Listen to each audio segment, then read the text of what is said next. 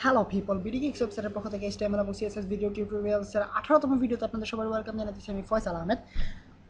আহ, এতগুলো কথা একসাথে বলতে বলতে গলা শুকায় গেছে অলরেডি। এনিওয়েজ, এইমাত্র ইফতার করে আসলাম এবং ইফতারের মেনু এত বড় ছিল যে সব পুরো মেনু বলতে গেলে আপনাদেরকে একটা আলাদা ভিডিও টিউটোরিয়াল দিতে হবে। সো আমি ইফতার মেনুর উপরে কোনো টিউটোরিয়াল করতে চাইতেছি না, বাট এটা জেনে রাখেন যে ভিডিও টিউটোরিয়াল মাঝখানে যদি বড় সাইজের কোনো একটা ঢেকুর দিয়ে অথবা বার্প করি, আপনারা অবাক হবে না, এটা বুঝে নেবেন যে ইফতারের ফলাফল। এনিওয়েজ, লাস্ট ভিডিও টিউটোরিয়ালে আমরা কথা বলছিলাম আমাদের কন্টেন্টগুলো নিয়ে, অর্থাৎ কন্টেন্টস, মার্জিন, বর্ডার, প্যাডিং, এগুলো নিয়ে।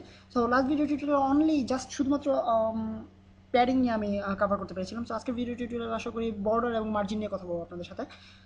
সো বর্ডার জিনিসটা বেসিক্যালি আপনাদেরকে আগে এক্সপ্লেন করা হয়েছে যে এই সাদা অংশটা এবং এই I mean colour orange colour বক্সটার মাঝখানে যে ছোট্ট অংশটা আপনারা দেখতে পাচ্ছেন যে সাদা আমি মার্ক করার পরে দেখতে পাচ্ছেন যে একটু ছোট্ট একটা অংশ কমলা রয়ে গেছে অলরেডি সাদা এবং এই এই মার্কড অর্থাৎ হাইলাইটেড অংশটার মাঝখানে, এটা হচ্ছে আমাদের বর্ডার।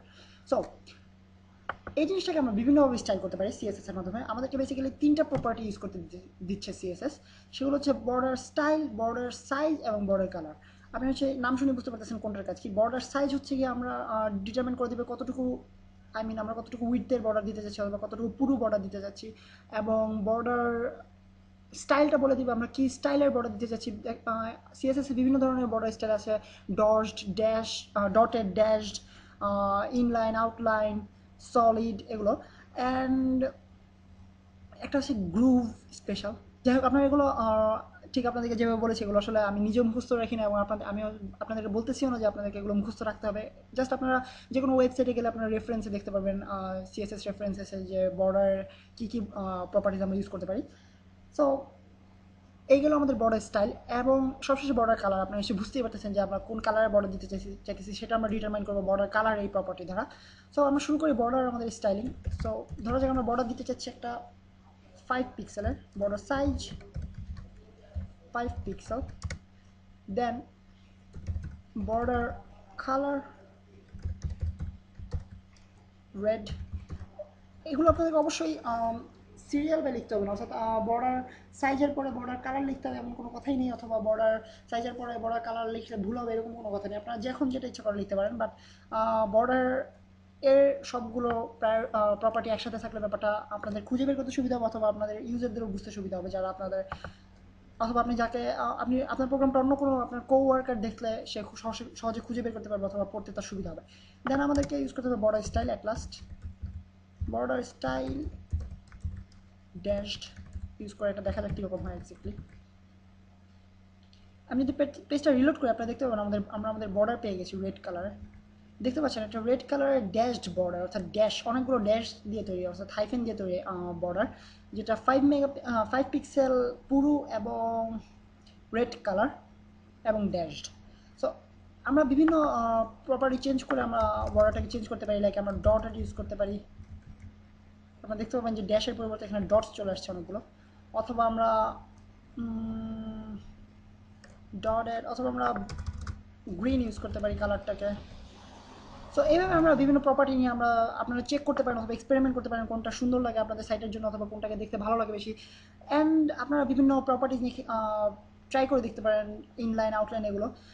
সো এটা হচ্ছে আমাদের বর্ডার সম্পর্কে জানার দরকার। এছাড়া আরও কিছু এক্সট্রা জিনিস জানতে হবে আমাদেরকে, যেটা বেসিক্যালি বর্ডার আমাদেরকে চারপাশে দিতে হবে এমন কোনো কথা নেই। আমরা অনেক সময় চাইবো যে আমাদের কোনো বক্সের শুধুমাত্র উপরের অংশটুকুতে বর্ডার থাকবে, অথবা আমরা চাইতেছি আন্ডারলাইন করতে, বাট বর্ডার হিসেবে আমরা দেখেছি যে কীভাবে আমরা হরাইজন্টাল রুল ইউজ করে সাইটের পুরো মাঝখানে একটা দাগ তৈরি করতে পারি। বাট আমরা চাইতেছি একটা স্টাইলিশ বর্ডার তৈরি করতে। আই মিন আমাদের এই লেখাটার পরে অর্থাৎ একটা প্যারাগ্রাফ থাকলো, দেন প্যারাগ্রাফের পরে আমরা একটা স্টাইলিশ বর্ডার তৈরি করে দেন নিচে আরেকটা প্যারাগ্রাফ শুরু করতে চাচ্ছি। সেক্ষেত্রে আমাদেরকে কী করতে হবে সেটা সিএসএস এর মাধ্যমে আমরা দেখতে পারি।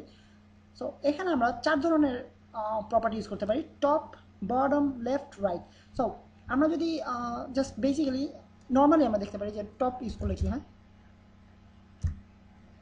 border top size or border top color, border top style। দেন আমি পেজটা লোড করে দেখবেন আমাদের শুধুমাত্র টপের এই জায়গাটাতে আমরা শুধুমাত্র পাবো আমাদের বর্ডারটা। পাইনি। Anyways, border top size, border top color, border top style, sorry দুটো দিয়ে ফেলেছি, আশা করি এখন কাজ করবে। সো আপনারা দেখতে পাচ্ছেন উপরে আমরা সুন্দর একটা, শুধুমাত্র উপরের অংশটুকুতে সুন্দর একটা ডটেড গ্রিন কালারের বর্ডার পেয়ে গেছি। তো এভাবে আপনারা উপরে নিচে যে কোনো জায়গায় দিতে পারেন, লাইক আবার আপনার ইচ্ছে করে চেঞ্জও করতে পারেন স্টাইল। যেমন ধরেন আমরা চাইতেছি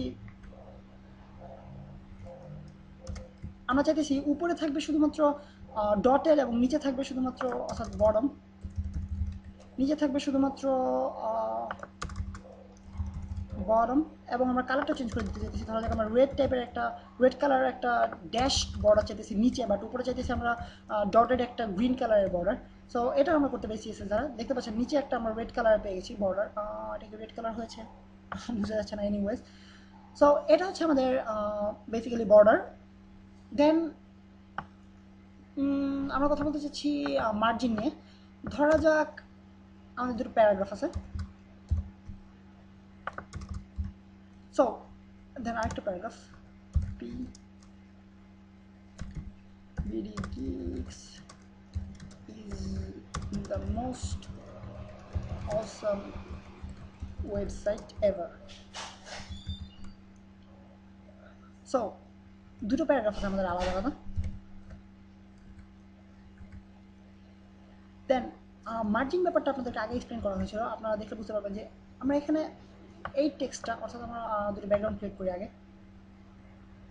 অবশ্যই পি, আমরা সিএসএস স্টাইলিং অ্যাপ্লাই করবো এখানে। ব্যাকগ্রাউন্ড কালার, সরি হাইফেন দিতে বলে গেছি, কালার অরেঞ্জ অ্যাজ ইউজুয়াল, ঠিক আগেরটার মতো। সো কাজ করেনি, ব্যাকগ্রাউন্ড বানানো ভুল করেছি। এত টাইপিং মিস্টেক করতে করতে আপনার নিশ্চয়ই মাথা গরম হয়ে যেতেছে যে কী করতেছে না করতেছে। এনিওয়েজ, তো আমরা আগে এক্সপ্লেন করেছি যে বর্ডার এবং প্যাডিংয়ের বাইরের অংশটুকুতে যে স্পেসটুকু থাকে সেটা হচ্ছে গিয়ে মার্জিন। অর্থাৎ আপনারা দেখতে পাচ্ছেন দুটো অরেঞ্জ কালারের বক্সের বাইরে দুটো মাঝখানে যেই স্পেসটুকু আছে সেটা হচ্ছে আমাদের মার্জিন।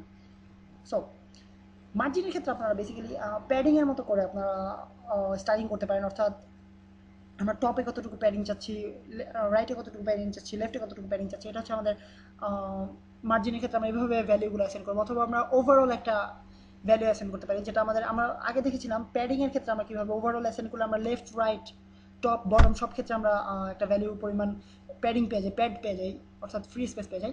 সো বেসিক্যালি মার্জিনটা একই জিনিস, অর্থাৎ সেম প্যাডিংয়ের মতো একটা জিনিস, বাট প্যাডিংটা হচ্ছে কি শুধুমাত্র বক্সের ভিতরে, অর্থাৎ ইনসাইড দ্য বর্ডারের ভিতরে।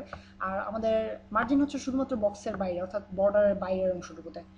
সো আপনাদেরকে দেখানো যাক কীভাবে আমরা মার্জিন ইউজ করে আমরা স্পেসগুলো তৈরি করতে পারি অথবা গ্যাপ নিতে পারি। মার্জিন, সো প্রথমে আমরা দেখি কীভাবে ওভারঅল একটা স্পেস নিতে পারি। ধরা যাক 50 পিক্সেল একটা মার্জিন তৈরি করি আমরা। তো এখন আপনারা দেখতে পাবেন পেজটা রিফ্রেশ করা মাত্রই আমরা সব দিকে 50 পিক্সেল পরিমাণ মার্জিন পেয়ে গেছি। এদিকে 50 পিক্সেল, এদিকে 50 পিক্সেল, এদিকে 50, মাঝখানে 50 পিক্সেল এবং নিচে 50 পিক্সেল। যেহেতু নিচে পুরোটুকুই আমাদের ওয়েবসাইটে বাকি আছে, এই জন্য আমরা নিচে আলাদাভাবে 50 পিক্সেল দেখতে পাচ্ছি না, বাট আসলে 50 পিক্সেল পরিমাণ মার্জিন তৈরি করা হয়েছে এখানে। সো এটা হচ্ছে আমাদের বেসিক্যালি মার্জিন, বাট আপনারা ইচ্ছে করলে ঠিক প্যাডিংয়ের মতো করে আলাদাভাবে মার্জিনের ভ্যালু সিলেক্ট করে দিতে পারেন। অর্থাৎ টপ থেকে আমরা শুধুমাত্র 50 পিক্সেল চাচ্ছি। সো দেখা যাক কী হয়। আপনারা দেখতে পাচ্ছেন টপ থেকে আমরা 50 পিক্সেল পেয়েছি এবং এটার থেকে এটার মধ্যে 50 পিক্সেল পরিমাণ পেয়েছি। এবং আপনারা লেফট থেকেও সিলেক্ট করে দিতে পারেন, অর্থাৎ যদি আমরা শুধুমাত্র লেফট থেকে দেখেন সেক্ষেত্রে কী হয়। তো আপনারা দেখতে পাচ্ছেন শুধুমাত্র লেফট সাইড থেকে আমরা 50 পিক্সেল পরিমাণ প্যাডিং পেয়েছি। সো এটা হচ্ছে আমাদের বেসিক্যালি মার্জিন প্রপার্টি আমাদের সিএসএস এর ক্ষেত্রে।